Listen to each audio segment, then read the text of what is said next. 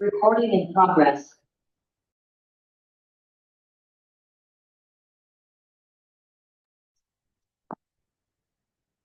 Hola, ¿qué tal? Muy buenos días, ¿me escuchan? Buenos días, doctor. Ahí se escucha Buenos muy días. bien. Vamos a dar la presentación nomás. Muy buenos días, estimados alumnos. Es un verdadero placer darles la más cordial bienvenida a este inicio de año 2025 en el marco del diplomado en juicio de amparo organizado por Universidad Humberto y Colegio Colac. Que este nuevo año que comienza permitan expresarles mis mejores deseos para que sea un periodo de crecimiento profesional, éxitos y grandes logros en sus carreras jurídicas.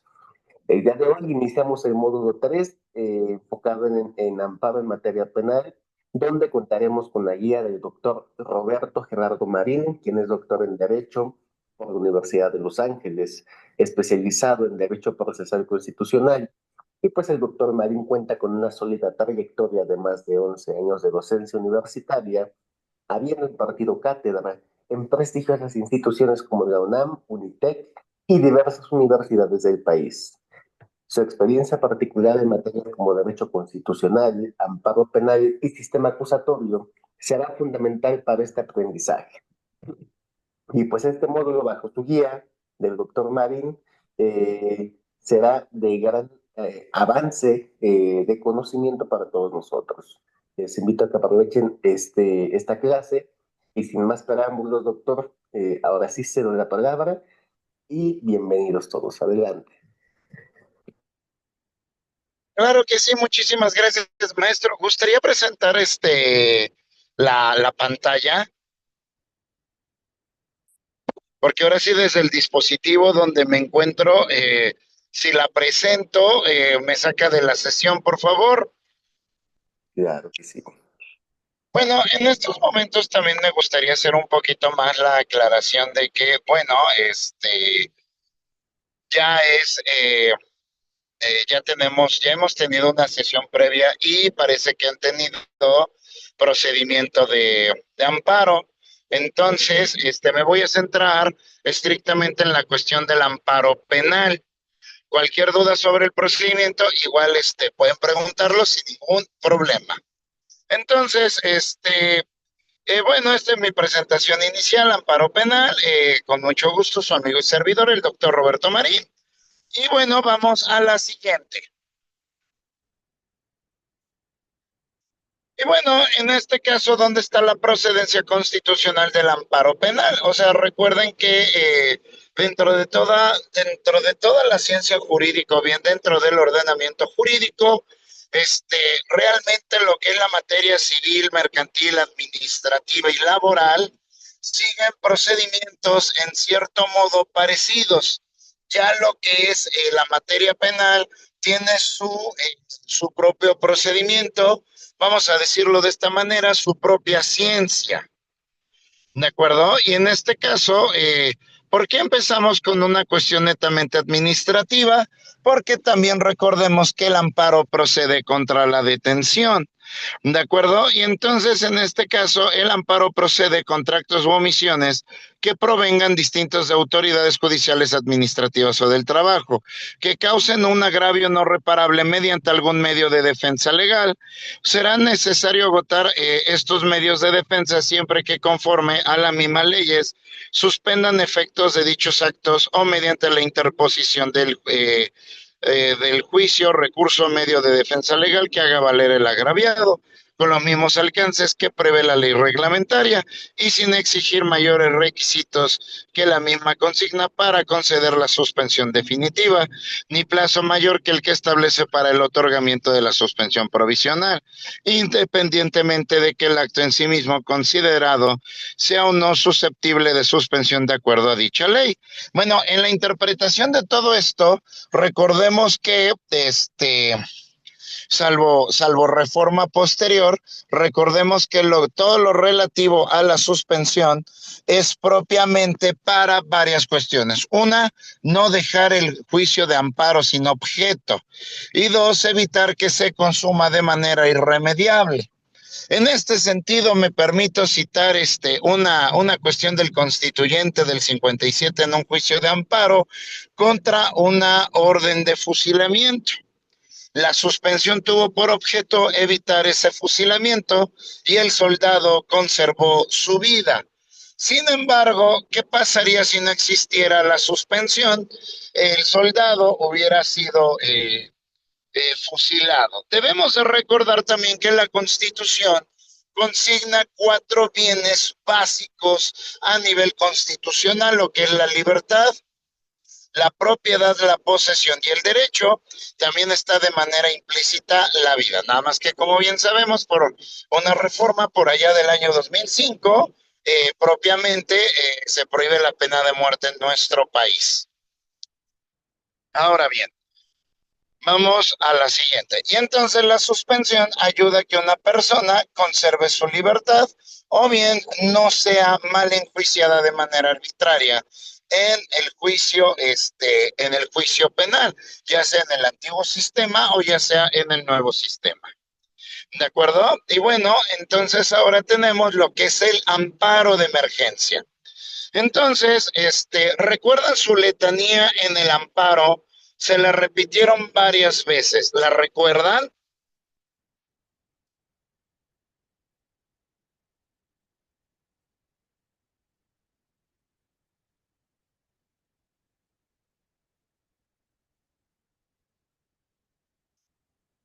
Procedo a revisar el chat. Ok, perfecto. Y bueno, la letanía del amparo se repite varias veces este texto del artículo 15, párrafo primero, que debemos de recordar que se trate de actos que importen el peligro de privación de la vida, ataque a la libertad personal, fuera de procedimiento, incomunicación, deportación,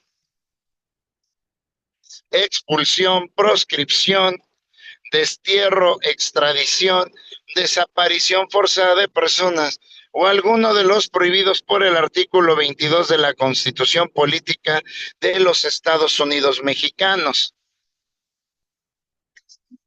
Y así como la incorporación forzosa al Ejército, Armada, Fuerza Aérea Nacional,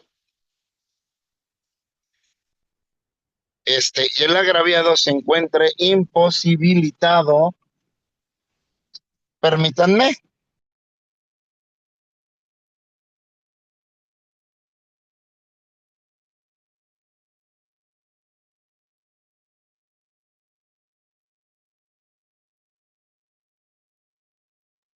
Perdón, ya volviendo, y el agraviado se encuentre imposibilitado para promover el amparo y hoy puede hacerlo cualquier otra persona en su nombre, aunque sea menor de edad. Entonces aquí nosotros nos encontramos en varias hipótesis. Aquí también tenemos lo que es el caso Radilla, lo que es la desaparición forzada de personas, y bueno, y propiamente los que son del artículo 22 constitucional, propiamente se refiere a los azotes, la marca, la mutilación, la confiscación de bienes, como etcétera. ¿De acuerdo? Entonces, este amparo, como han de recordar en sus módulos anteriores, no tiene término, porque debemos de recordar también que cuando vieron las generalidades del juicio de amparo, el artículo 17 nos hablaba de los términos de 15 días, de 30 días, y en este caso no se tiene término, se puede presentar a cualquier hora. No sé si ustedes han recordado propiamente que cuando les ha tocado un amparo de emergencia en esta materia, pueden ir al Poder Judicial de la Federación y a cualquier hora y les expiden una suspensión.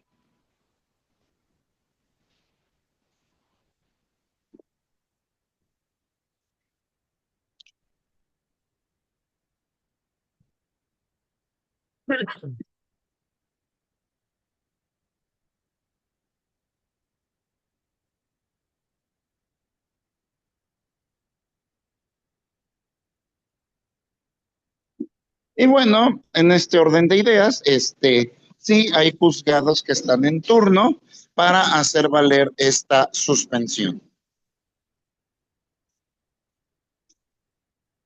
¿De acuerdo? Bien. Entonces, inmediatamente se otorga la suspensión provisional.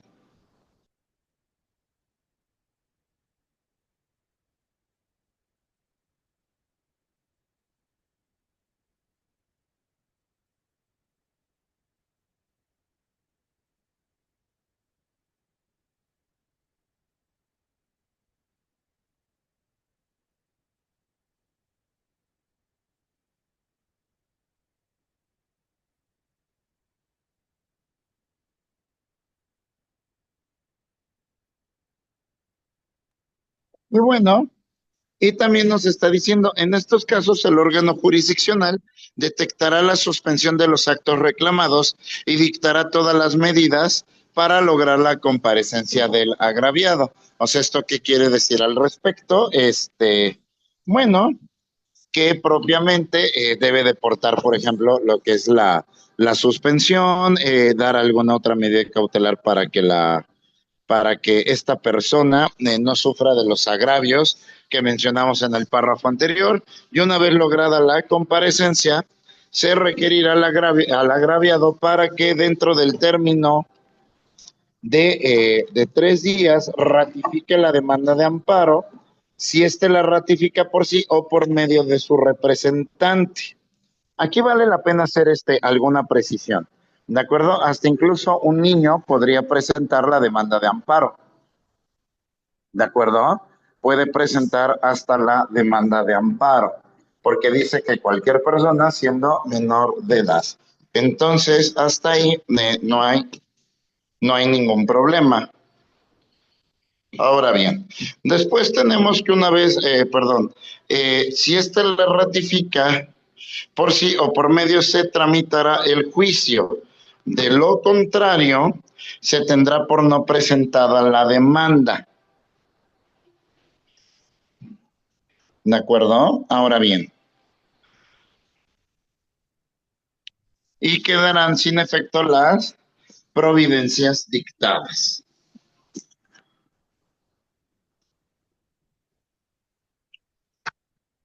Posteriormente, aquí tenemos que si a pesar de la medida tomada por el órgano jurisdiccional de amparo no se logra la comparecencia del agraviado, resolverá la suspensión definitiva, ordenará suspender el procedimiento en lo principal y se harán los hechos del conocimiento del Ministerio Público de la Federación. En caso de que éste sea autoridad responsable, será del conocimiento al fiscal general de la República. Cuando haya solicitud expresa de la Comisión Nacional de Derechos Humanos, se remitirá copia de lo actuado en estos casos. Entonces, aquí propiamente en este artículo 15 nos dice el medio más eficaz para proteger la libertad personal, la vida, etcétera.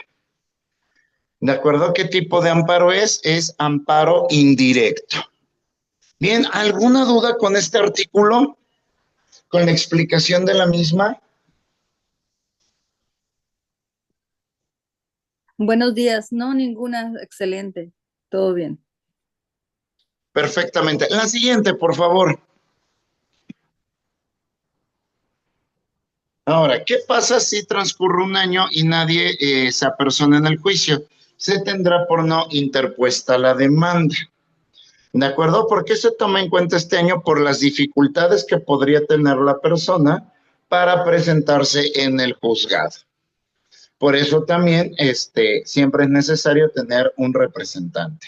Y dice, y cuando por las circunstancias del caso o lo manifieste la persona que presente la demanda en lugar del quejoso, se trate de la posible comisión del delito de desaparición forzada de personas, el juez tendrá un término no mayor de 24 horas para darle trámite al amparo, dictar la suspensión de los actos reclamados y requerir a las autoridades correspondientes toda información que pueda resultar conducente para la localización y liberación de la probable víctima.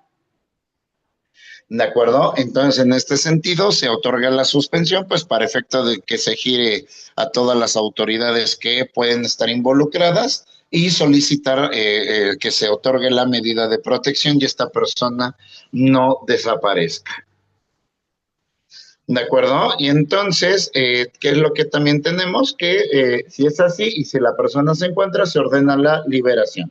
Bajo este supuesto, ninguna autoridad podrá determinar que transcurra un plazo determinado para que comparezca el agraviado,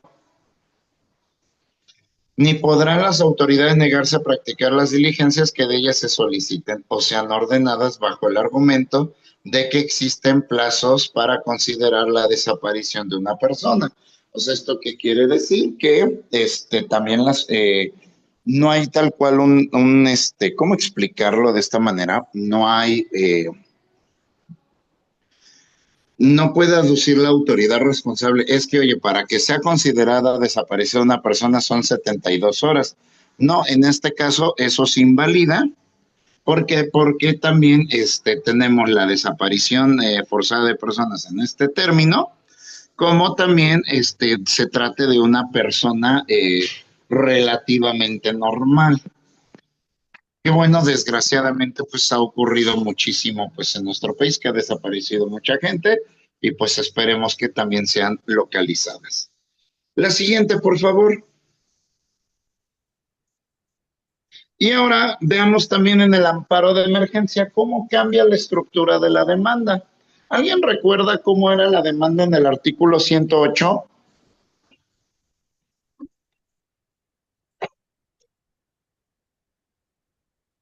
¿Lo recuerdan? O si no, con mucho gusto,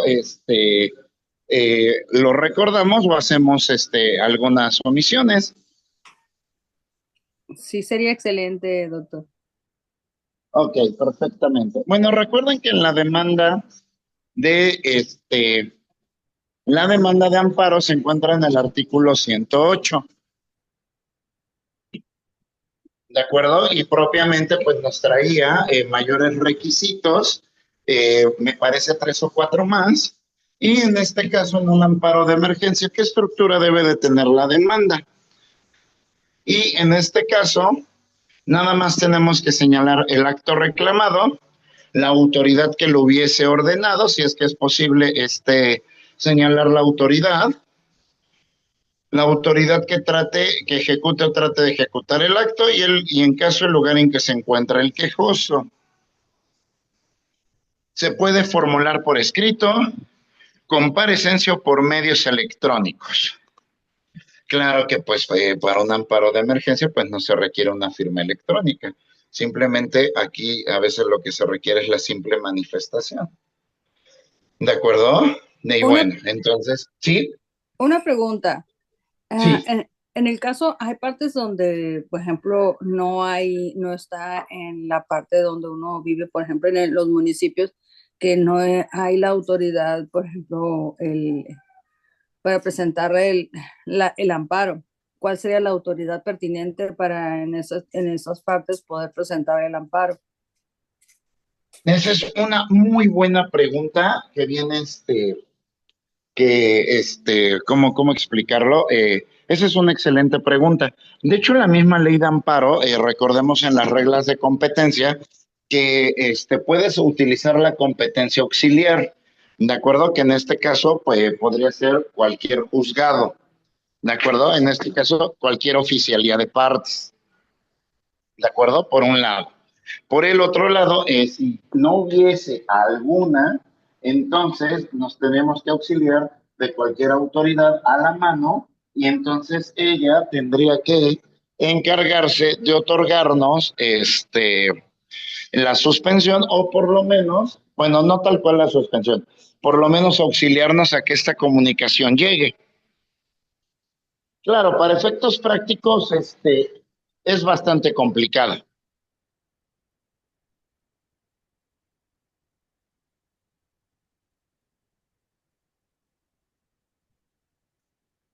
¿Resolví su duda? Así es, doctor. Muchísimas gracias. Ok.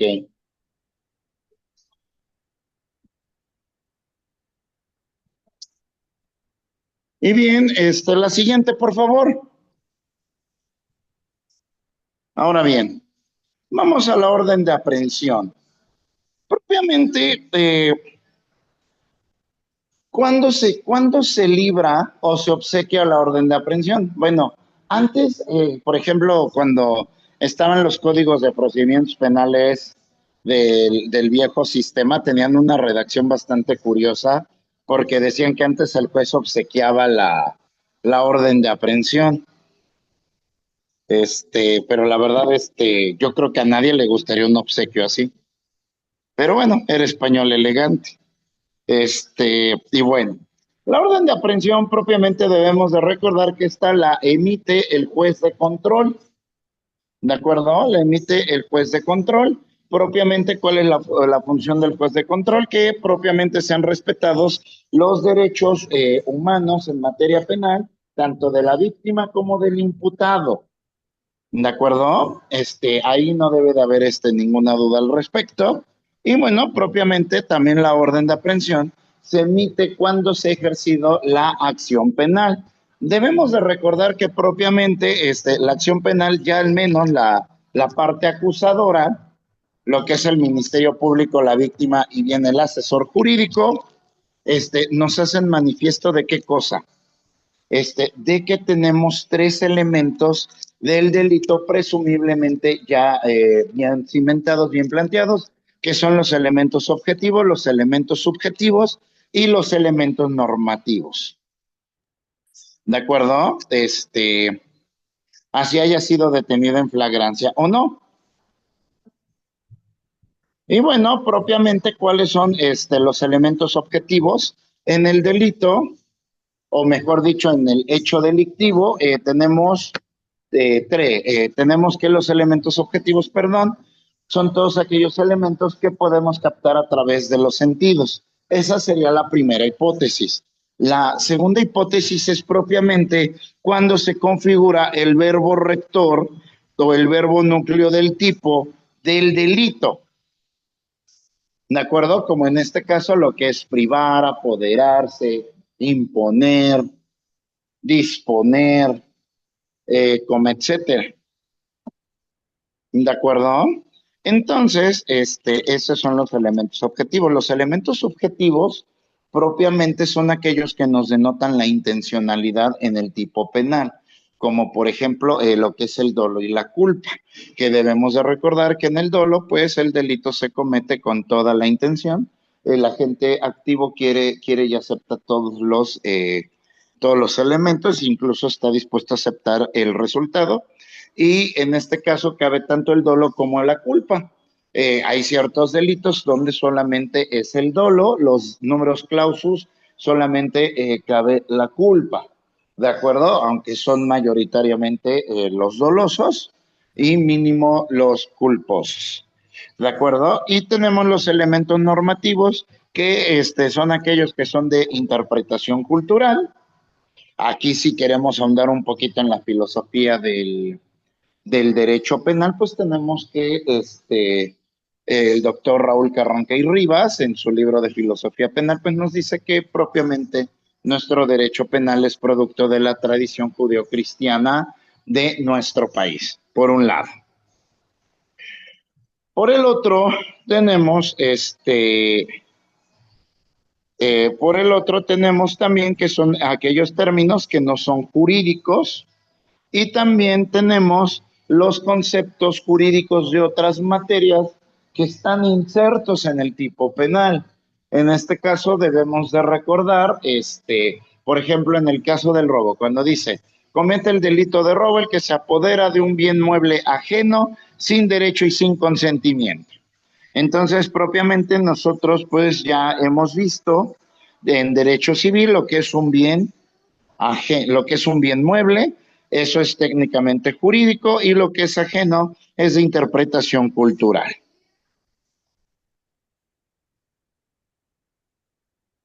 ¿De acuerdo? Entonces, ahí no debe de haber ningún problema. Ahora bien, volviendo aquí a lo que es la orden de aprehensión, no podrá liberarse orden de aprehensión sino por la autoridad judicial. Hemos establecido que es el juez de control y sin que preceda denuncia o querella. Debemos de recordar que la denuncia y la querella son las dos principales formas de la noticia criminal. ¿De acuerdo? Entonces, recuerden que la denuncia la puede realizar cualquier persona. Y puede hacérselo de manera escrita, verbal o también medios electrónicos, así como también implica la figura de la denuncia anónima. Y la querella propiamente lo tiene que hacer, tiene que dar la noticia criminal la persona afectada por la comisión del delito o bien quien ejerce la tutoría o la representación. ¿De acuerdo? Ahora bien, que la ley señale como delito, bueno, aquí propiamente el delito es la acción típica, antijurídica y culpable. ¿De acuerdo? Sancionada con pena privativa de libertad. ¿Esto qué quiere decir? Que prive la pena o la medida de seguridad. Debemos de recordar que la pena se otorga a personas que son imputables y que de alguna manera pueden volverse a reinsertar en la sociedad. Mientras que, por ejemplo, en este caso, la medida de seguridad es para las personas que no tienen como que esa posibilidad de reinsertarse, ya sea por algún estado mental o porque su sola presencia altere a la sociedad. ¿De acuerdo? Ahora bien, y obra en datos que se haya cometido este hecho, ¿sale? O sea, elementos objetivos, subjetivos y normativos, y que exista la probabilidad de que el indiciado ha participado en su comisión, aquí propiamente lo que es la autoría y la participación, lo que es el dominio del hecho. Propiamente recuerden que tenemos la autoría material, la autoría intelectual, la coautoría, la complicidad, el encubrimiento, etcétera. Bien, a ver, procedo a leer el chat.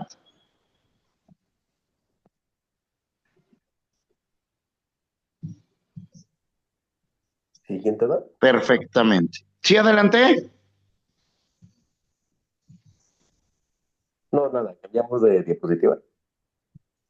Perfectamente. Cambio de diapositiva, por favor, mi estimado maestro.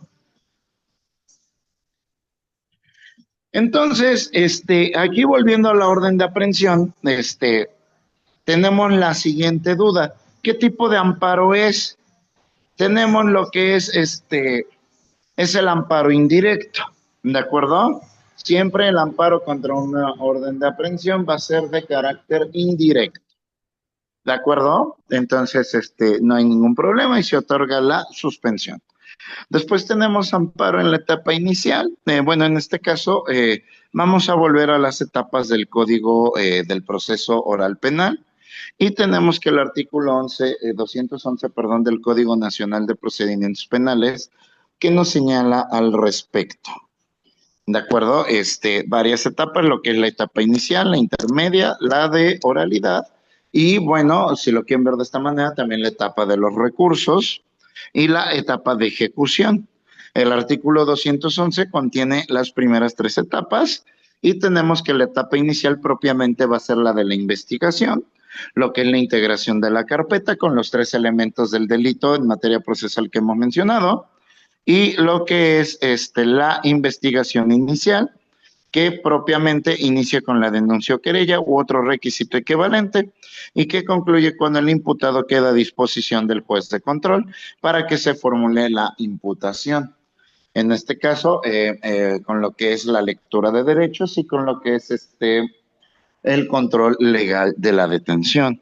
Y después tenemos la investigación complementaria que comprende desde la formulación de la imputación, donde se le menciona al imputado cuáles son los delitos y los hechos que se señalan como delito. Y se agota una vez cerrada la investigación. Obviamente el juez de control ordena un cierto plazo para realizar la investigación complementaria. Y bueno, propiamente, si recuerdan bien el Código Nacional de Procedimientos Penales, aquí se tienen que recurrir a los actos de investigación y así está señalado en el Código Nacional. Después tenemos la intermedio de preparación a juicio, donde comprende de la formulación de acusación hasta el auto de apertura a juicio. Y después tenemos la de juicio que comprende del auto de apertura a juicio hasta la sentencia. De acuerdo del tribunal de enjuiciamiento, propiamente ustedes lo saben, lo que es la presentación de la teoría del caso, lo que también es el famoso descubrimiento probatorio. Y también aquí en cada una de las etapas, la mayor parte se promueven en amparo indirecto porque no son una resolución definitiva. ¿De acuerdo? Y entonces tenemos que la investigación no se interrumpe ni se suspende durante el tiempo en que se lleva a cabo la audiencia inicial hasta su conclusión, o durante la víspera de la ejecución de una orden de aprehensión. El ejercicio de la acción penal inicia con la solicitud del citatorio de audiencia inicial, puesta a disposición del detenido ante la autoridad judicial, cuando se solicita la orden de aprehensión o comparecencia con la cual el Ministerio Público no perderá la dirección de la investigación. Bueno, propiamente si nosotros recordamos lo que es la investigación, recordemos que el Ministerio Público propiamente cuenta para investigar bajo su dirección con las policías y los peritos, y él señala lo que la línea de investigación que se tiene que pedir. ¿De acuerdo? ¿Y cuándo se termina propiamente un proceso penal? Cuando la sentencia es firme. ¿De acuerdo? ¿Esto qué quiere decir? Cuando no proceda ¿cómo explicarlo? Cuando no proceda ya ningún medio de impugnación o bien algún recurso. ¿De acuerdo? Pero también recordemos que se tienen el periodo de 8 años para impugnar una sentencia de amparo en esta situación. ¿De acuerdo? Eso lo menciona el artículo 17. Bien, la siguiente, por favor, mi maestro. Y bueno, ¿cuáles son los posibles actos reclamados que nosotros podemos tener en amparo penal? La orden de detención, ¿de acuerdo? 2, la citación para declaración. 3, entrevistas sin que se le dé acceso a los registros de investigación. Esto es muy importante, porque recuerden que también uno de los derechos que tiene el imputado, que también es muy importante mencionarlo, es que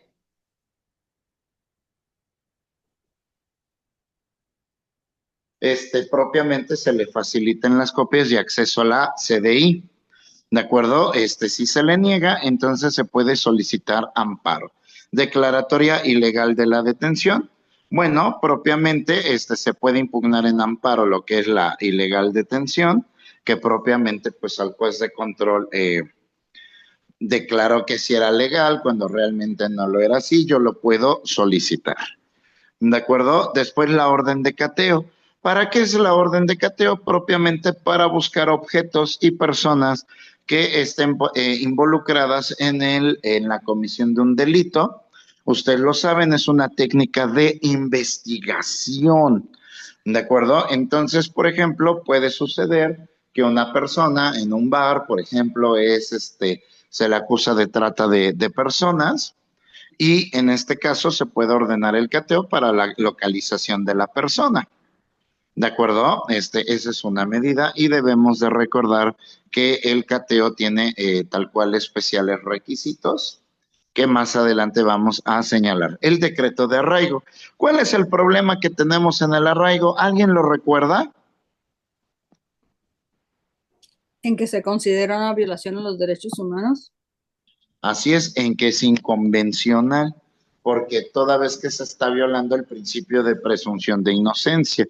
Pero debemos de recordar que hay jurisprudencia de la Corte donde se nos menciona que si alguna vez choca el control de la convencionalidad contra el control de la constitucionalidad,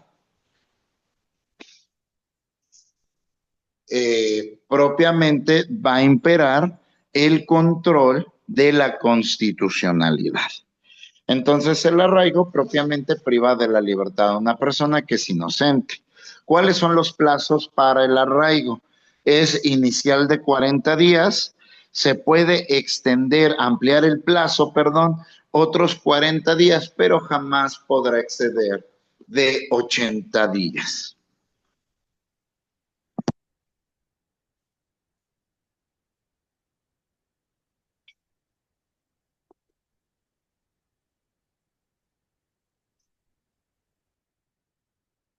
¿De acuerdo? Ahora bien, y esta también es una técnica de investigación. ¿Y cuál es el objeto? Que la persona se sustraiga de la acción de la justicia durante la investigación o bien peligren los testigos o personas u objetos que son esenciales para el esclarecimiento del asunto. También tenemos la intervención de las comunicaciones privadas. Debemos de recordar que esta técnica de investigación única y exclusivamente la puede autorizar el juez de control federal y solamente puede ser en materia penal. ¿De acuerdo? Y la segunda excepción es que nunca se podrá intervenir la comunicación en materia penal en cuestión de abogado con su defensor.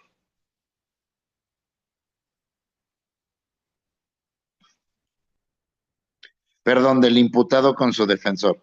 Y bueno, ya también tenemos contra la orden de aprehensión.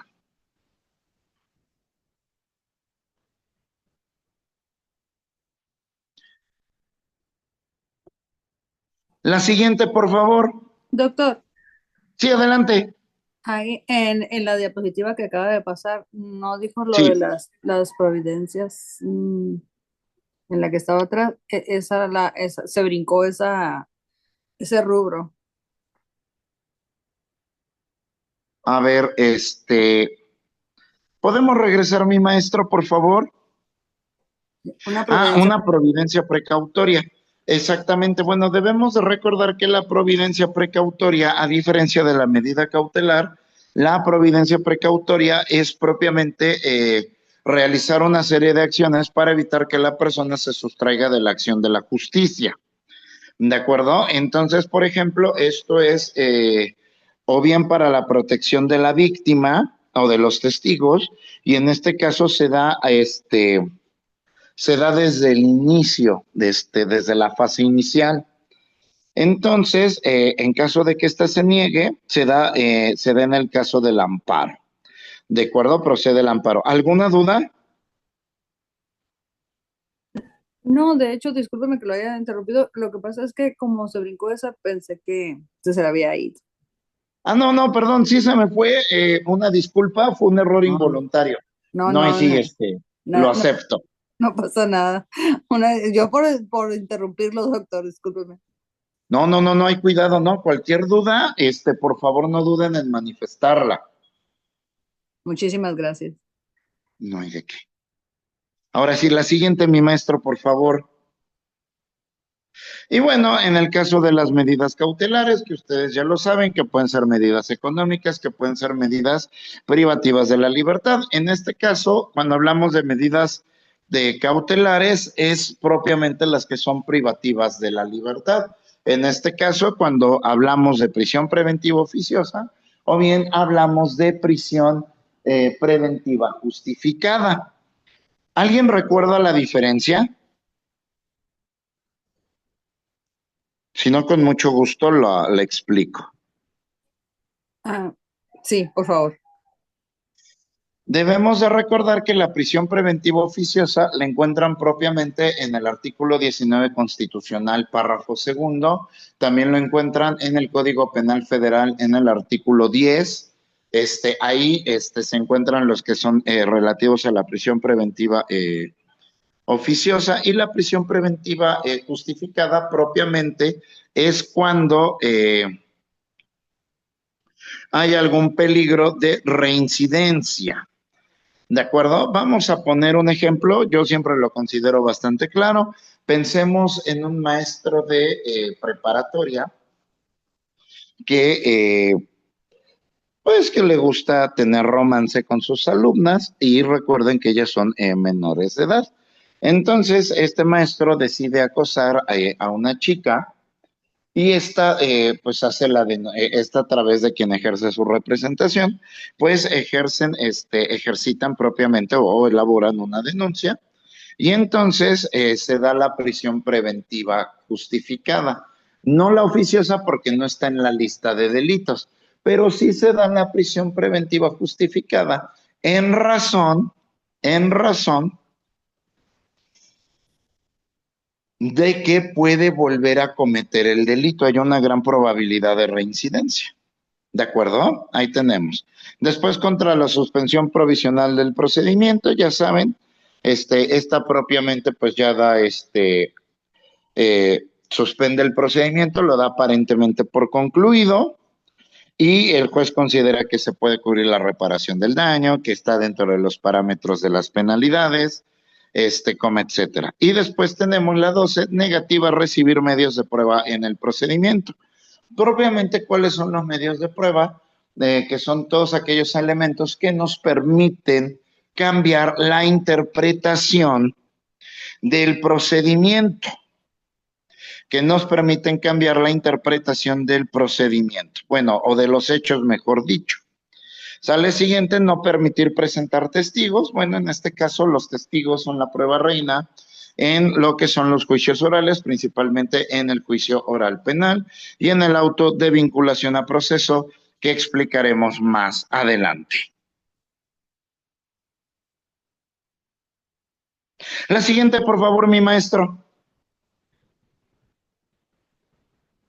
Ahora, ¿cuáles pueden ser los actos reclamados que puede interponer la víctima o ofendido?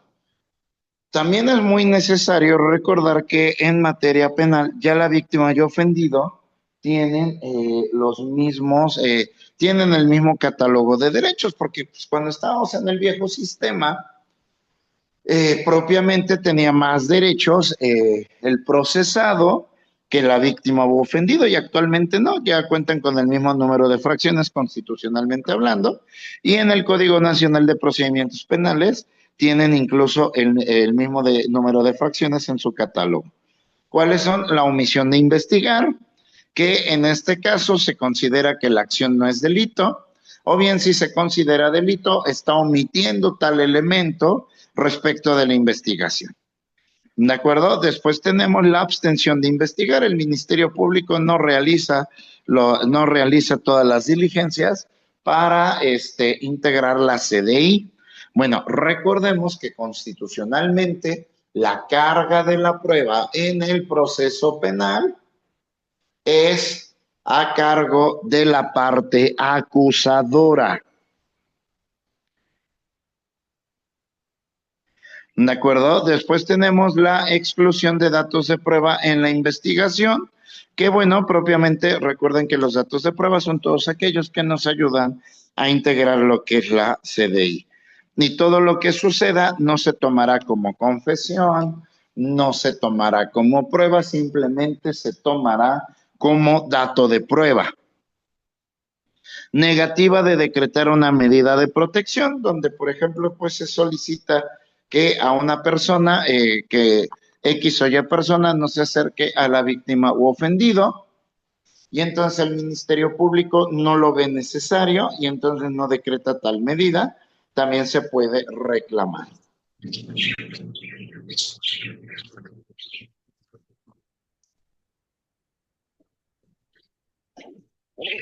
Bien.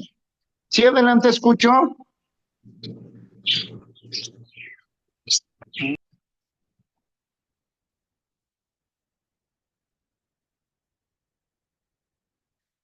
Perfectamente. Entonces, siguiente, contra la aplicación de un decreto de criterio de oportunidad. ¿De acuerdo? Que propiamente se otorga el criterio de oportunidad, a la víctima no le parece y entonces puede interponer. Siguiente, revocación de medidas cautelares. Lógicamente, al no ser una resolución definitiva, se puede impugnar. Siguiente, el no ejercicio de la acción penal, y debemos de recordar que en el no ejercicio es que propiamente no se cuenta con los elementos objetivos, subjetivos y normativos del delito. Siguiente, negativa de librar una orden de aprehensión. Por lo mismo, si no se tiene la acción penal, no se puede librar la orden de aprehensión. Lógicamente, el juez expondrá sus razones. La cancelación de una orden de aprehensión se emite, pero posteriormente el juez rectifica y decide cancelar dicha orden. Y 2, contra el auto de no vinculación a proceso.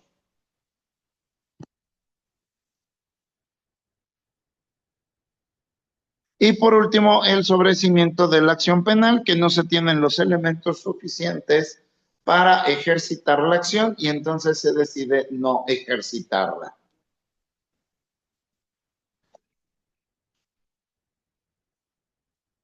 Bien, la que sigue, por favor.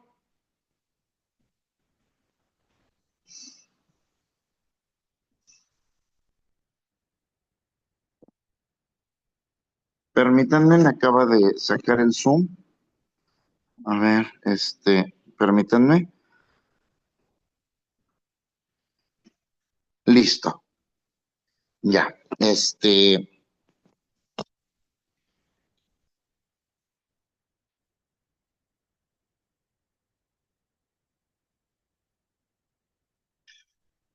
Y bueno, aquí tenemos propiamente lo que es la audiencia inicial, qué es lo que contiene. ¿De acuerdo? Y entonces se informará al imputado de sus derechos constitucionales. ¿Dónde se encuentran los derechos constitucionales del imputado? Se encuentran en el artículo 20 constitucional. Y los legales se encuentran en el Código Nacional de Procedimientos Penales. Si no se hubiese informado de los mismos con anterioridad, se realizará en el control de la legalidad de la detención.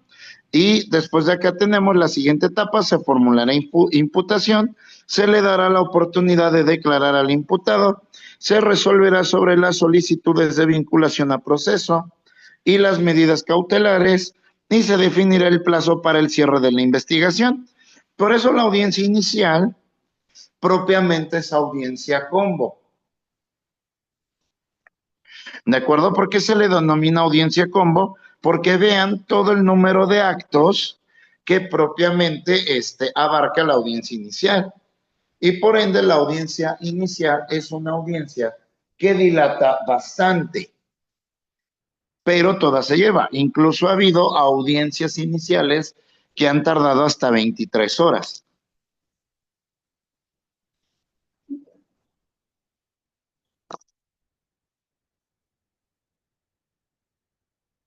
¿De acuerdo? En caso de que el Ministerio Público, la víctima o ofendido solicite la procedencia de una medida cautelar, dicha cuestión deberá ser resuelta antes de que se dicte la suspensión de la audiencia inicial. Entonces, ¿qué significa? Que cada uno de estos actos puede ser impugnado en amparo. A esta audiencia deberá concurrir el Ministerio Público, el imputado y su defensor.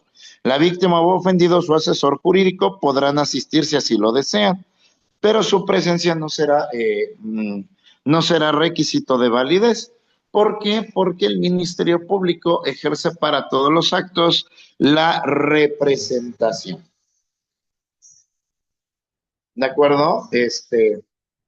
Ejerce toda la representación, tal vez que él es un representante social o bien es un abogado para todos los efectos del procedimiento penal. La siguiente, por favor. Y bueno, ¿y contra qué procede el amparo y el desechamiento de datos de prueba? Bueno, que propiamente lo ordena el Ministerio Público y esta debe de ser impugnado en amparo indirecto.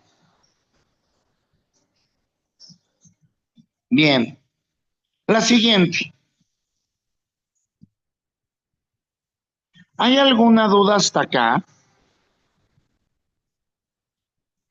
Por mi parte, doctor, está todo claro. Muchas gracias. Perfectamente. ¿Alguien más? ¿Los leo?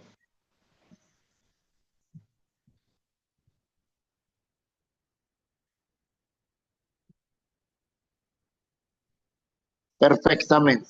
Ahora bien, aquí tenemos el artículo 258 del Código Nacional de Procedimientos Penales respecto de la reserva de la acción penal.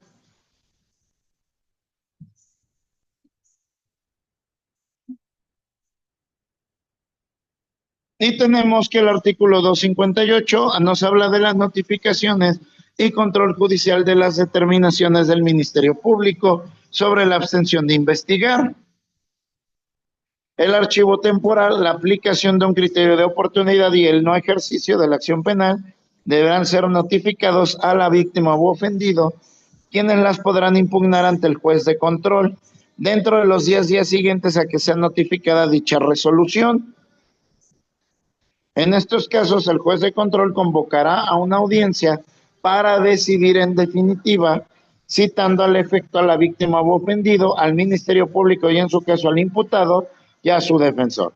En caso de que la víctima, el ofendido o su representante legal no comparezcan a la audiencia, a pesar de haber sido debidamente citados, el juez de control declarará sin materia la impugnación. Aquí propiamente, que es lo que nos dice, que se tiene 10 días para impugnar. Propiamente por el concurso aparente de normas, debe de ser primero impugnada y después ser interpuesto el amparo. ¿De acuerdo? Siempre es muy importante revisar la jurisprudencia de la Corte. Una atrás, mi maestro, por favor. La resolución del juez de control que dicte en estos casos no admitirá recurso alguno, con excepción de aquella en que el órgano jurisdiccional se pronuncie sobre el no ejercicio de la acción penal, en cuyo caso suspenderán los efectos de la determinación ministerial hasta en tanto cause ejecutoria la decisión definitiva. Ahora sí, la siguiente. Entonces, todos los caminos nos van a llevar al amparo indirecto de dicha sesión.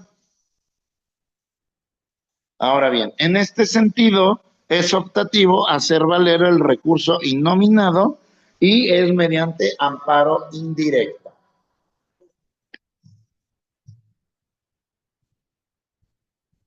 Bien, la siguiente, por favor, mi maestro. A ver, recordemos una cosa. ¿Cuáles son las formas de detener a una persona? Nada más se contemplan 3. Flagrancia, caso urgente. El caso urgente, esa es una. Flagrancia. Flagrancia. Y la que acabamos de ver, la orden de aprehensión. Aprehensión. Así es. A través de la orden de aprehensión, estas son las 3 maneras. Pero lógicamente, pues bueno, la cuestión de la detención puede ser por una cuestión netamente administrativa o bien en el momento en que una persona es detenida en flagrancia.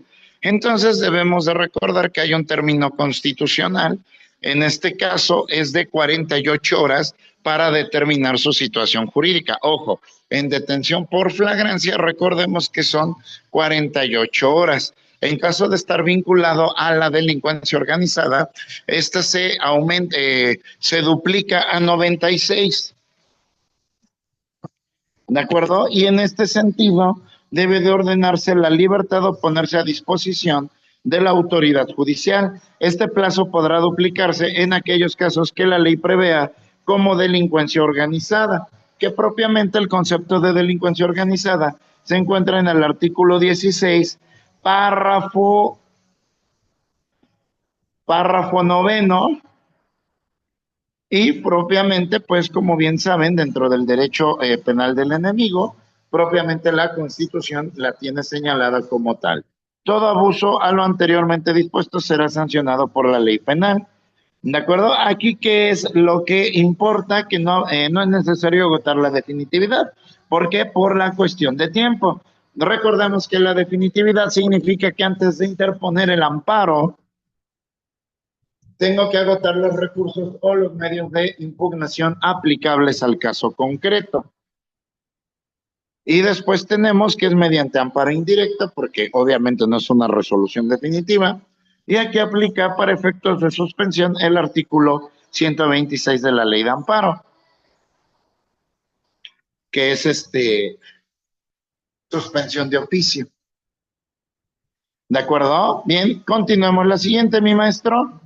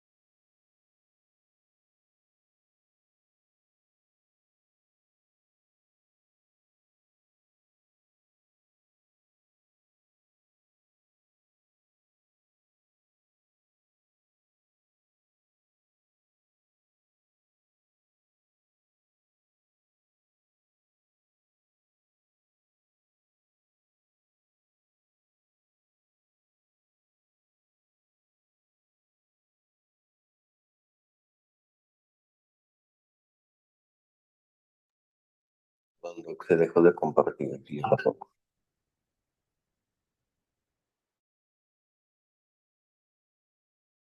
Listo, perdón, nada más era, aquí quería ver algo. Ahora bien, propiamente que la orden de cateo es una orden de investigación.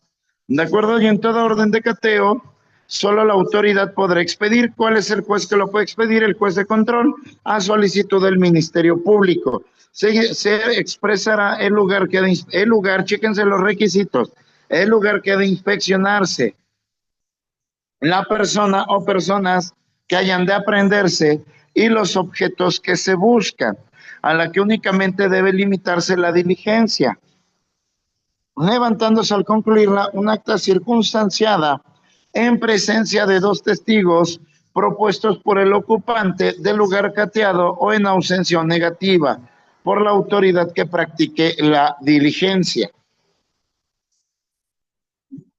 Esto es constitucionalmente hablando. ¿De acuerdo? Esto está en el artículo 16. Ahora, veamos qué nos dice el 282 del Código Nacional de Procedimientos Penales, que es cuando la investigación cuando en la investigación del Ministerio Público estime necesaria la práctica de un cateo en razón del lugar que ha de inspeccionarse es un domicilio o una propiedad privada, solicitará por cualquier medio la autorización judicial para practicar el acto de investigación correspondiente. En la solicitud, que contará con un registro, se expresará el lugar que ha de inspeccionarse, la persona o persona que ha de aprenderse y los objetos que se buscan, señalando el motivo e indicios que sustentan la necesidad de la orden, así como los servidores públicos que podrán practicar o intervenir en dicho acto de investigación. ¿De acuerdo? Entonces, propiamente, ¿qué es lo que nosotros buscamos? Objetos, medios o productos del delito en esta orden de cateo. Propiamente, ¿cuál es el objeto del delito? Propiamente sobre los que recae la comisión del mismo delito. Por solo citar un ejemplo. ¿Qué es un producto del delito? Pues propiamente la ganancia señalada de este delito. Y la comisión, pues bueno, son todos los medios para cometer, ¿de acuerdo? Los medios comisivos, ¿de acuerdo? Y también de las personas. Por ejemplo, citábamos este ejemplo de un bar que, por ejemplo, explotaba sexualmente a una chica y entonces, propiamente, ¿cuál fue el objeto del cateo? La localización de la chica.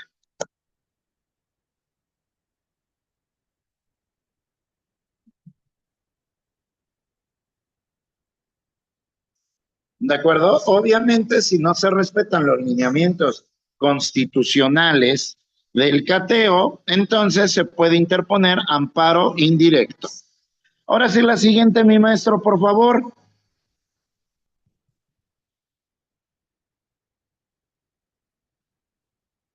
Y bueno, ahora vámonos a la siguiente, que es el auto de vinculación a proceso y amparo indirecto.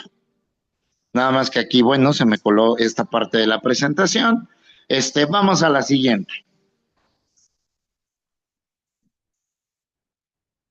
Y bueno, vamos qué es el auto de vinculación a proceso y cuál es el concepto de la misma. Y tenemos que es un acto procesal mediante el cual el juez de control determina que el hecho planteado por el Ministerio Público al momento de formular imputación en la base de la información probatoria propuesta o desahogada en audiencia, se puede establecer un hecho que la ley señala como delito, así como la probable intervención delictiva del imputado en su comisión, ya sea como autor o partícipe en el mismo.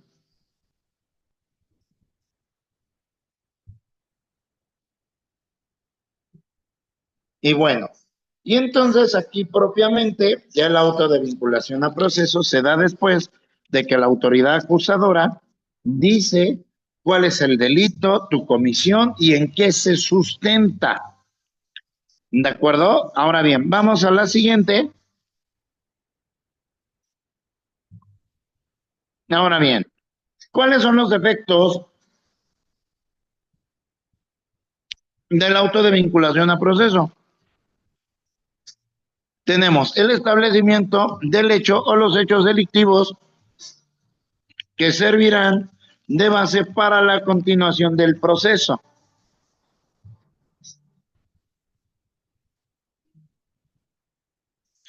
¿De acuerdo? Entonces, propiamente, ¿sobre qué delitos, sobre qué hechos y sobre qué partes? Dos, el establecimiento del hecho o hechos delictivos sobre los que se determinaron las formas de anticipación del proceso. ¿Esto qué quiere decir? ¿Con qué delito iniciamos o si se reclasificó el mismo, pero los hechos y las partes no cambian? Tres, el establecimiento de hecho de los hechos delictivos sobre los que se determinará al autor la apertura de juicio. O sea, sobre qué se va a definir la litis. Cuatro, establecimiento del hecho de los hechos delictivos sobre los que se discutirá la causa de sobreseimiento.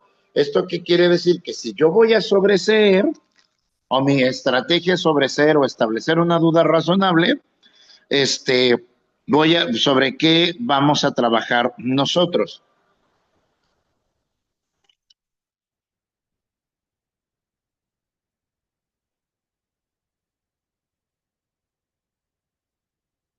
Bien, la siguiente, por favor.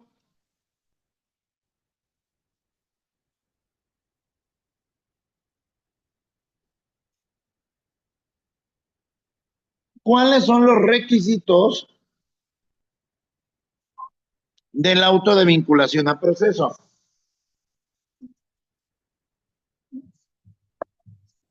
Y tenemos que el juez de control, a petición del Ministerio Público, dictará el auto de vinculación del imputado a proceso siempre que, fracción primera, se haya formulado la imputación. Ya quedamos sobre qué hechos, qué partes y qué sustenta. Fracción segunda, se haya otorgado al imputado la oportunidad de declarar. Esto obviamente viene dentro de la audiencia de inicial.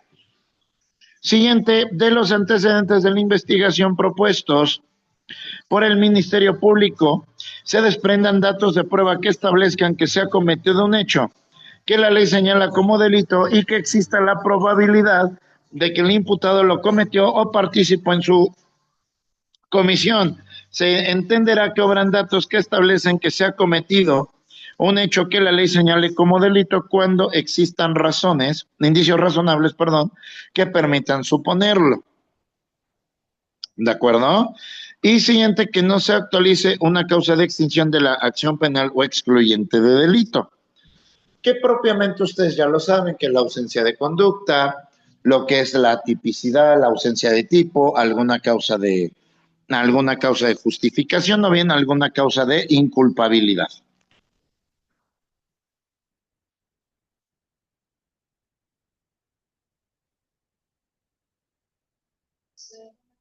Y después tenemos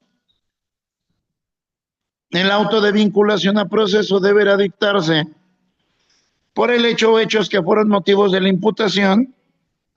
El juez de control podrá otorgarles una clasificación jurídica distinta a la asignada por el Ministerio Público.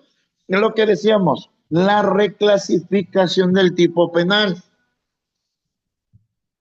Pero no cambian los hechos, no cambian las partes, no cambia el elemento de los datos de prueba. ¿De acuerdo? Y entonces se hace esta precisión y por ende cambia la defensa. ¿De acuerdo? Y después tenemos que el proceso se seguirá forzosamente por el hecho o hechos delictivos señalados en el auto de vinculación a proceso. Si en la secuela de un proceso apareciere que se ha cometido un hecho delictivo distinto del que se persigue, deberá ser objeto de investigación separada, sin perjuicio de que después pueda decretarse la acumulación si fuere conducente. Bueno, eso ya es una cuestión más incidental, ¿de acuerdo? Entonces, estos son los requisitos. Propiamente ya nos estamos ubicando en la parte final de la audiencia inicial. Bien, la siguiente, por favor.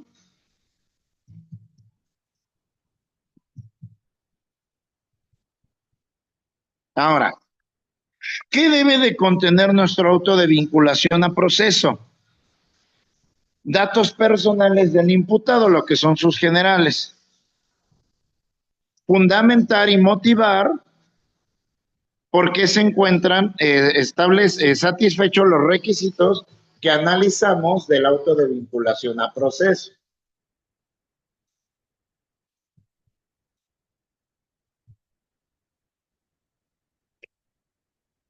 Siguiente, el lugar, tiempo y circunstancias de la ejecución del hecho delictivo que se imputa. Bien, ¿alguna duda hasta acá, chicos? ¿Alguna precisión, alguna aclaración? ¿Algo? Yo sí, maestro, perdón. Adelante.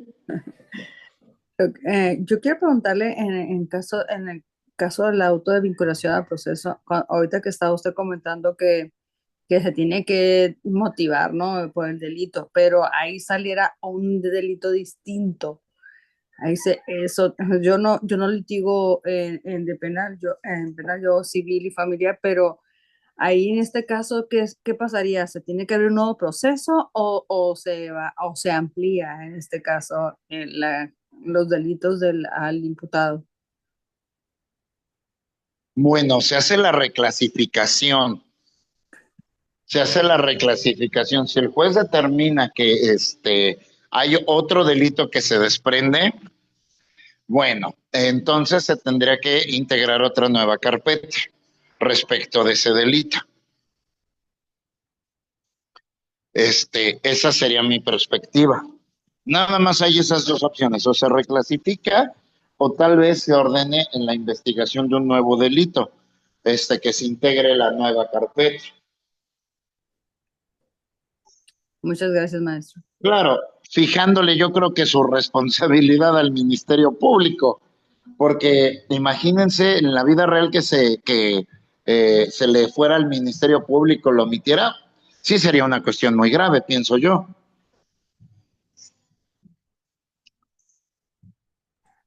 Bueno, ¿estará usted de acuerdo conmigo que en la vida real, o sea, muchas de las cosas que estamos viendo que pasan? A mí, yo aunque litigo más en materia familiar, muchas veces, muchos de los procesos, pues se abre la carpeta de investigación, por ejemplo, a los que son deudores alimenticios. Y Así es, es. por eso era mi pregunta, maestro. Discúlpeme. Sí, no, pero en este caso, recuerde que aunque usted vaya por un delito, el Ministerio Público es quien tiene el deber de determinarle en un principio bajo qué delitos va a ser así. Pero en este caso, bueno, es que también depende muchísimo del juez, depende muchísimo del Ministerio Público, porque bueno, usted también lo ha notado también en la materia civil y familiar, que por ejemplo hay jueces que son muy flexibles, que casi le piden, oye, dime de palabra aquí que esto ya no va a volver a pasar y lo toman como en serio. Y después hay otros jueces que también, esto sucede en todas las materias, ¿no? Que le tienes que acreditar todo, dejar toda una serie de datos, una serie de manifestaciones muy solemnes para el efecto. ¿Cierto o falso?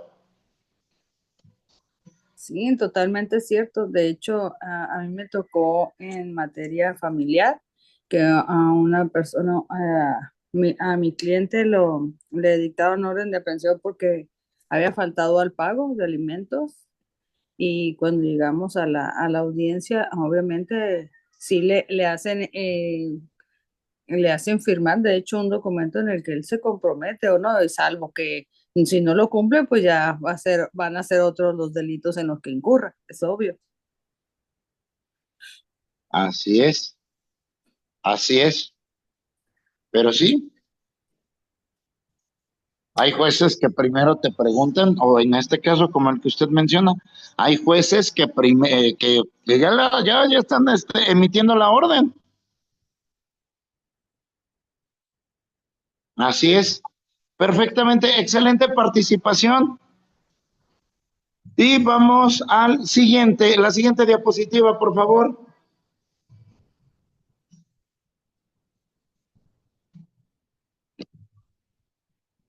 Y bueno, aquí tenemos una jurisprudencia que es propiamente, ¿qué es esto que el hecho señale como delito? ¿Cómo ha ido su evolución?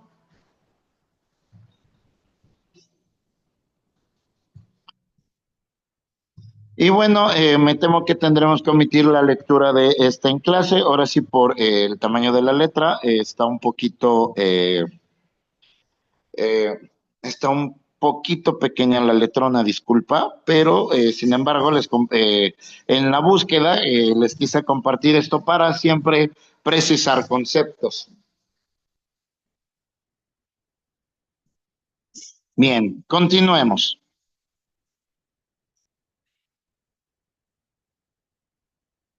Y bueno, ¿qué garantía constitucional está acompañando el auto de vinculación a proceso? Es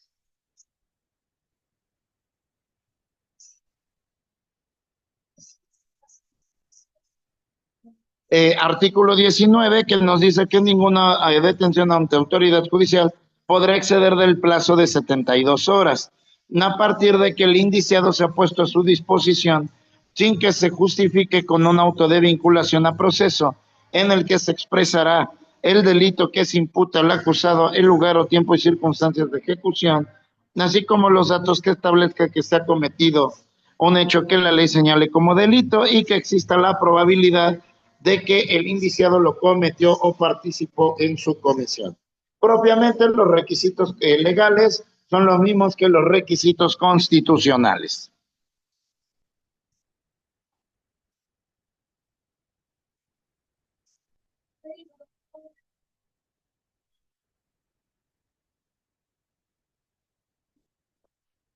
Bien, la siguiente.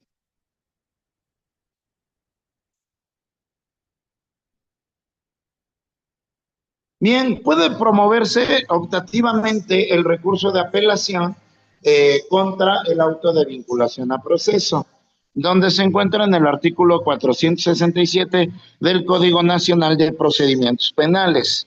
No rige el principio de definitividad porque aquí se relaciona directamente con el artículo 61, fracción 18 de la Ley de Amparo. De hecho, eso se vio en el módulo primero y ahí pueden verse claramente las excepciones.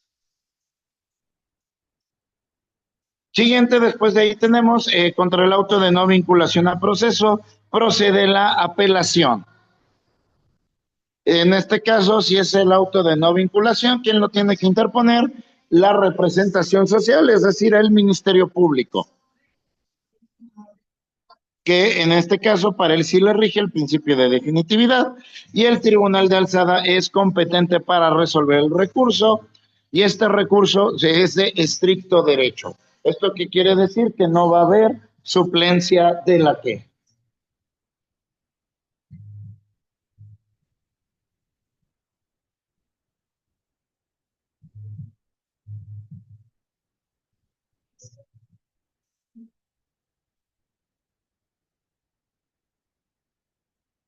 Bien, continuemos.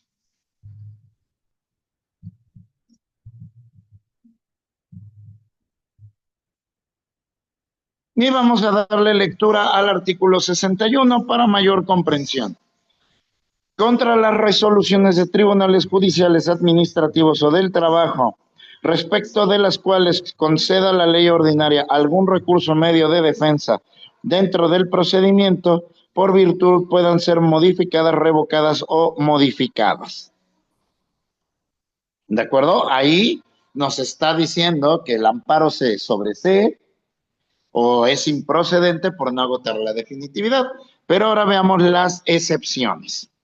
Cuando sean actos que importen el peligro de privación de la vida, ataques a la libertad personal fuera de procedimiento, incomunicación, deportación, de expulsión, proscripción o destierro, extradición, desaparición forzada de personas o alguno de los prohibidos por el artículo 22 constitucional, así como la incorporación forzosa al ejército, armada o fuerza aérea nacional. Y tenemos el inciso B, cuando el acto consiste en órdenes de aprehensión o reaprehensión, autos que establezcan providencias precautorias o impongan medidas cautelares restrictivas de la libertad, resolución que niegue la libertad bajo caución o que se establezcan los requisitos para que su disfrute de la resolución que decida sobre el incidente, el desvanecimiento de datos, orden de arresto o cualquier otro que afecte la libertad personal del quejoso, siempre que no se trate de sentencia definitiva. Entonces, propiamente, en el auto de vinculación no es necesario, ¿de acuerdo? Agotar. Sin embargo, es optativo.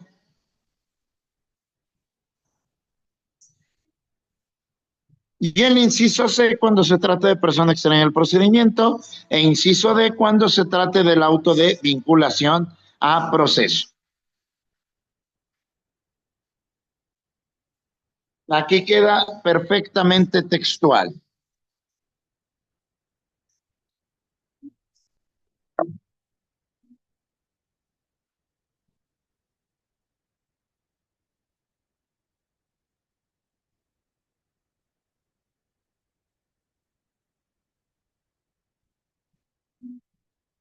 Ahora bien, cuando la procedencia del recurso o medio de defensa se sujete a interpretación adicional o a su fundamento legal sea insuficiente, para determinarla el quejoso quedará en libertad de interponer dicho recurso o acudir al juicio de amparo. Y aquí es de donde nace que propiamente el auto de vinculación es sujeto a opción si agoto el recurso o no. Bien, a la siguiente.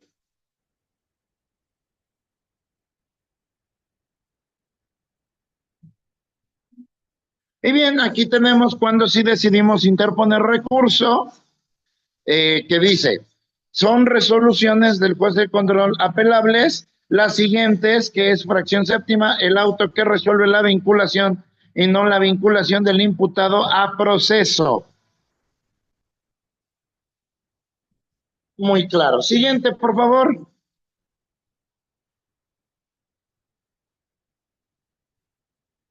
Bien, permítanme un minuto, por favor.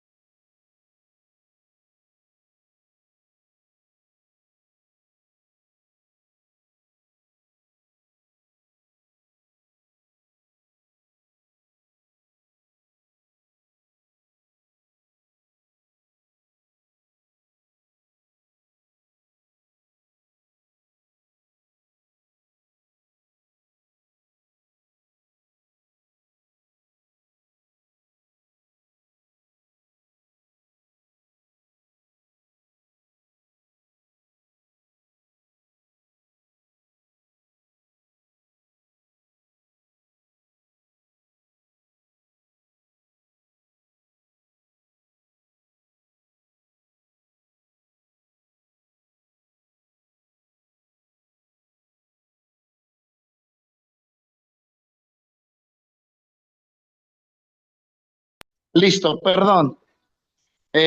Ahora, ¿cuál es la procedencia del amparo en este tema?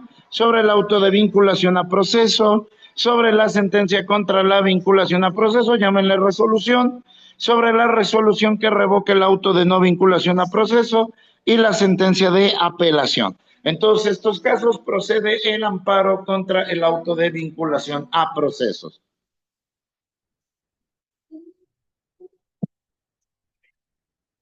Siguiente, por favor.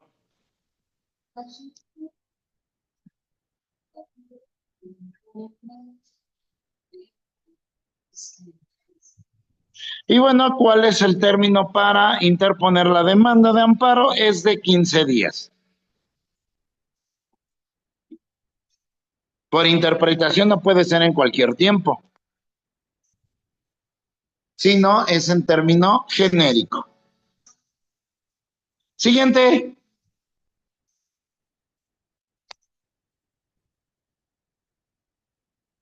Ahora, ¿cómo debe de ser la demanda contra el auto de vinculación a proceso?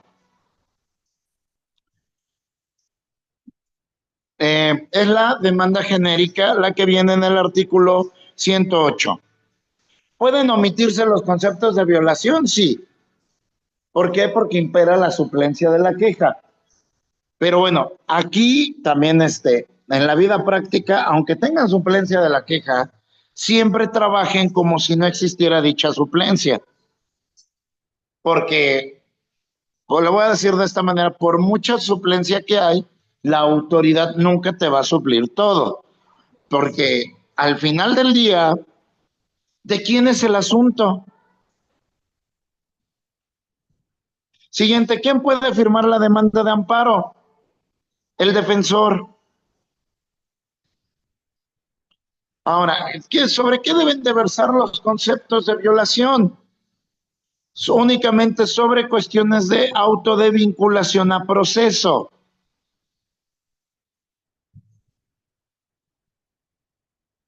Y siguiente, que en los argumentos no se valoran los datos de prueba. Tal cual no hay un delito que perseguir y no se ha acreditado la participación del imputado. Entonces, propiamente vamos a atacar los vicios de la resolución del auto de vinculación a proceso.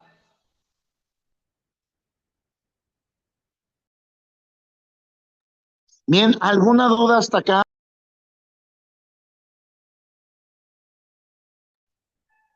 Por mi parte, todo bien, doctor. Gracias.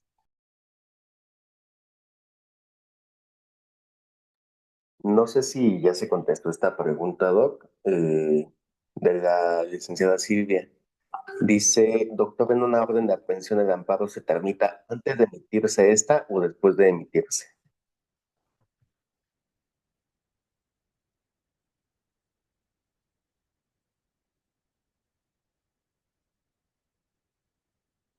Ah,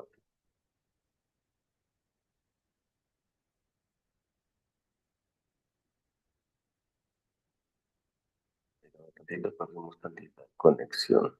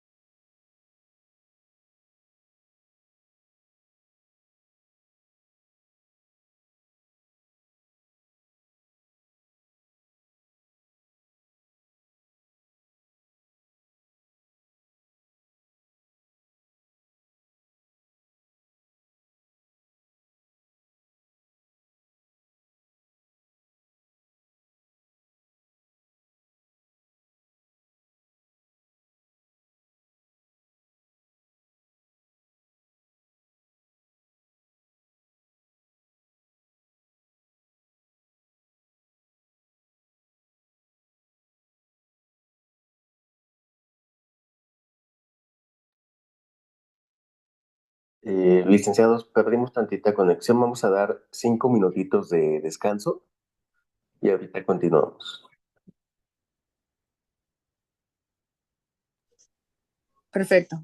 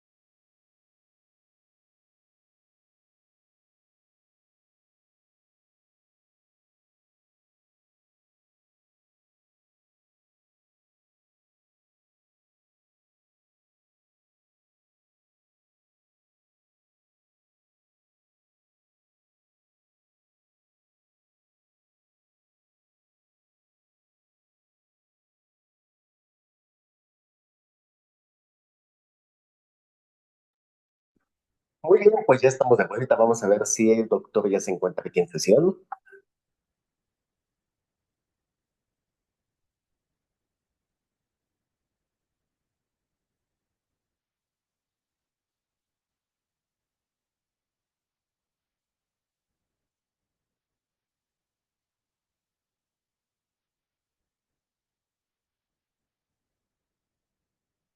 momentito.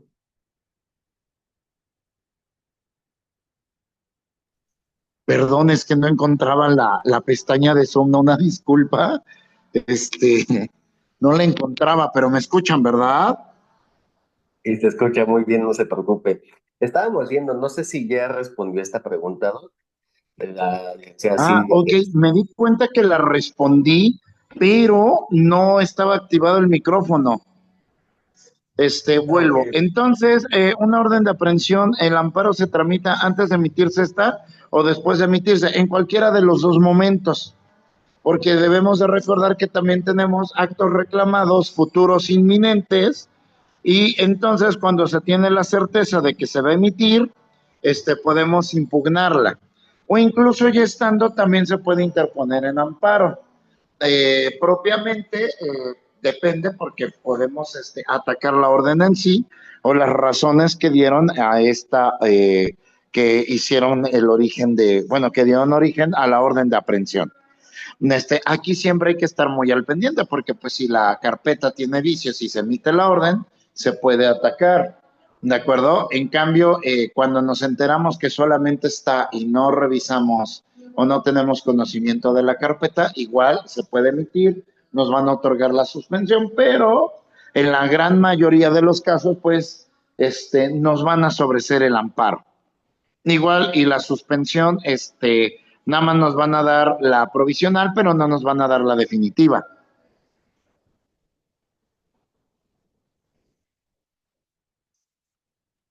Ah, muy bien, doctor, es que yo sí tenía esa duda, porque decía yo, bueno, para, por ejemplo, decía, si se supone que un amparo debía tramitarse cuando ya se tiene la orden de aprehensión, ¿por qué? Porque es la fortaleza que se tiene para impugnarlo, entonces era lo que yo decía, pues, ¿cómo puede ser posible que se tramite un amparo cuando todavía no se tiene? Bueno, pero solamente cuando son actos futuros ciertos. Si son remotos, no. Claro, pero en la práctica es mejor ya tener la orden ya emitida. Así es. Muchas gracias, doctor. Sí, no hay de qué. ¿Alguna otra duda más? ¿Alguien más que guste preguntar? ¿Alguna inquietud sobre el amparo penal o alguna cuestión del proceso penal?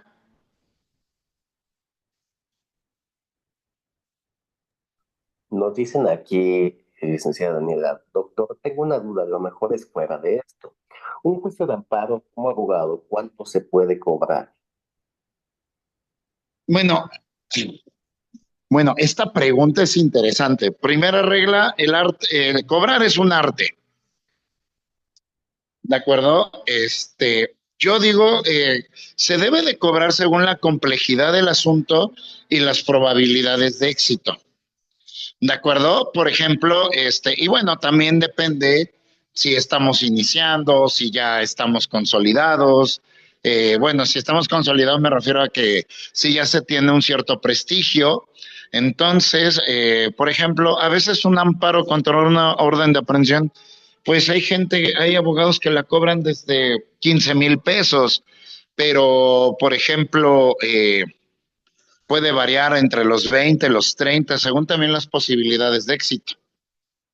¿De acuerdo? Porque, bueno, por ejemplo, en diversas entidades de la República, por ejemplo, también es proporcional según también las audiencias del procedimiento. Y, por ejemplo, las audiencias del procedimiento oral, por ejemplo, una audiencia inicial, está tasada mínimo en 35,000 pesos, de 35 a 50,000 pesos, por ejemplo, por audiencia. Entonces, un amparo podría estar en 20, 25, mínimo 15. ¿De acuerdo? Pero también ustedes son los que le ponen el valor a su trabajo y también pues es medir las capacidades económicas de su cliente. Pero un tip que les doy es que nunca tengan miedo de cobrar. ¿De acuerdo? Porque bueno, eh, también, ¿qué es lo que pasa? Pues que en el gremio, pues hay abogados que se malbaratan mucho y desgraciadamente no sacan bien el trabajo y quieren que otro abogado saque el trabajo, cobrando técnicamente lo mismo. No sé si ustedes en la vida profesional les ha pasado eso. Y por cierto, aclaré esa duda.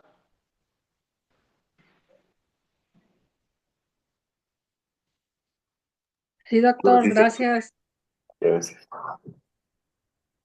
Sí, o sea, y también bueno, o sea, también es presentación, igual lo mismo, siempre se cobran gastos, bueno, cuando consideren que se cobran gastos. Hay colegas que cobran hasta 80,000 pesos el amparo, efectivamente, efectivamente. Una historia súper rápida. Aquí en Baja California Sur hicieron Ajá, un amparo con el artículo 107 y cobraron casi por grupo, a un grupo de gremio de transporte, les cobraron casi 7 millones de pesos. Nada más para que se den una idea. exactamente. Bueno, también ahí se me olvidó decir, bueno, también depende a quién estén representando, porque puede ser que estén defendiendo una tienda de abarrotes, que no es lo mismo que defender, por ejemplo, una central camionera o un gremio, como bien mencionaba el compañero. Aquí nos mencionan que quieren uno de esos, efectivamente. Y bueno, y también una cuestión, pues es que también sus resultados y el prestigio que vayan obteniendo es lo que les permite cobrar. ¿De acuerdo? También eso es muy cierto. Y por ejemplo, hasta la antigüedad de su despacho. Por ejemplo, pues hay firmas que pues ya llevan 80 años, 90 años y pues cobran técnicamente lo que quieran. ¿Por qué? Porque pues también la firma, conservarse, también es eso. También si están en procesos de consolidar una firma, siempre es bueno buscar opciones o buscar asesores que les ayuden a consolidar esa firma para que también tengan un constante flujo de clientes. Porque bueno, también hasta cierto punto el abogado de ahora pues tiene que darse ese marketing, y no solamente a veces depender solo de la recomendación y de los resultados.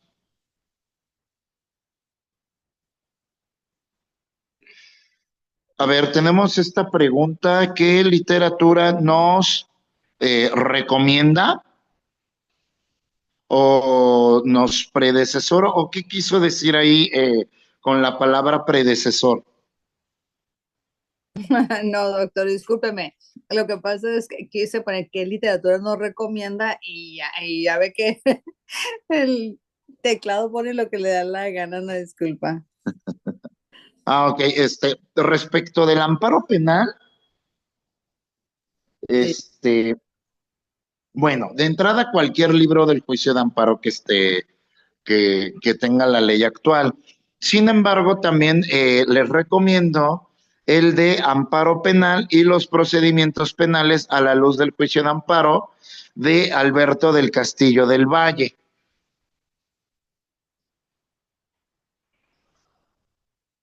Está interesante. Así es, esta literatura la recomiendo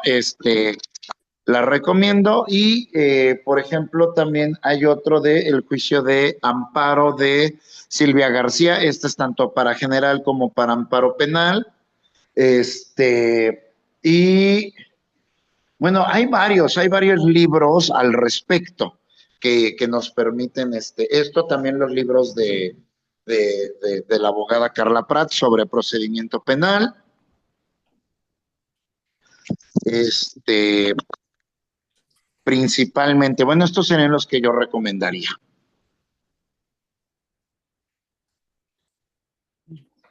Excelente, muchas gracias. ¿Alguna otra duda? ¿Alguna otra duda? O o alguna inquietud que tengan. Adelante. Yo voy presentando la que falta y dice que si puede repetir la primera literatura.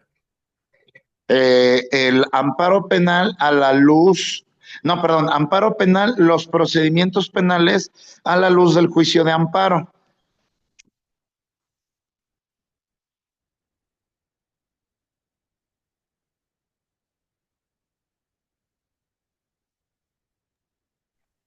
Perfecto. Pues vamos a continuar. Todos nos dicen que gracias y el día de hoy, para que sepan, licenciados, vamos a acabar poquito antes, por eso nos hemos saltado también descansos. Este, y continuamos, doctor, adelante. Ok, vamos con la siguiente diapositiva, maestro, por favor. Ahora bien, respecto a la suspensión del acto reclamado en el auto de vinculación a proceso, no produce afectación a la libertad. ¿De acuerdo? Entonces, propiamente, en este sentido, el auto de vinculación a proceso, bueno, no va a tener mayores efectos, tal vez, oye, ordene que se mantengan las cosas al estado en que se encuentran antes de emitir la sentencia de amparo y si se busca la libertad, debe señalarse la medida cautelar de prisión preventiva oficiosa para que no sea detenido. ¿De acuerdo? Bueno, en este sentido, recordemos, es jugar mucho con la argumentación y propiamente con cada uno de los elementos de los juicios penales. Propiamente aquí, en materia penal, siempre debemos de buscar los errores, aquello que falta, porque vamos a pensar, eh, en este caso vamos a pensar que alguien clasifica por violación, pero realmente no era ese delito, sino era otro distinto, y pues es buscar siempre cambiar el delito o bien echarlo abajo. ¿De acuerdo? Ahora, y en estos efectos se conseguirán si el delito es grave. En este caso, recuerden que también un delito es grave, si la suma de la pena mínima y la máxima es mayor a 5 años. ¿De acuerdo? Y en este caso también puede obtenerse la prisión preventiva justificada. ¿De acuerdo? O bien también, si se busca que el indiciado, o el indiciado se presuma que trate de evadir la acción de la justicia. Bien, la siguiente.